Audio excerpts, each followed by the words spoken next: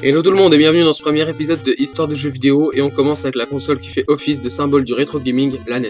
La NES est une console de salon de la marque Nintendo sortie en 1983 au Japon, en 1985 aux États-Unis et en 1987 en Europe. Au Japon, la NES est sortie avec un autre nom, la Famicom, et un autre design. À cette époque, le jeu vidéo est démodé en Europe et aux États-Unis. C'est pourquoi Nintendo va adopter un design plus proche de celui d'un magnétoscope que celui d'une console et va l'appeler Nintendo Entertainment System, en gros système de loisirs Nintendo. Nintendo va réussir son coup puisque la firme japonaise vendra plus de 61 millions d'exemplaires dans le monde entier. Au total, 1251 jeux sont sortis sur NES. Parmi ces jeux, on peut citer ses titres phares comme le premier Super Mario Bros, les premiers Zelda, Duck Hunt, les Mega Man, le premier Metroid, DuckTales et bien d'autres. Cette console fonctionnait bien évidemment avec un système de cartouches et elles étaient plutôt grosses. L'été dernier, Nintendo a annoncé la sortie d'une Nintendo Classic Mini NES. Mais c'est quoi la Mini NES? La Mini NES c'est tout simplement une NES miniature avec une sortie HDMI, 30 jeux inclus mais aucun port cartouche. Nintendo sortira cette console le 12 novembre, mais je ne m'attends pas à un bid. Ouais, Nintendo a vendu que 10 millions de Wii U dans le monde, et en plus son public est de moins en moins important, mais il y a une chose qu'il faut quand même pas oublier, c'est qu'avec la Mini NES, Nintendo vise un public très différent qu'avec la Wii U.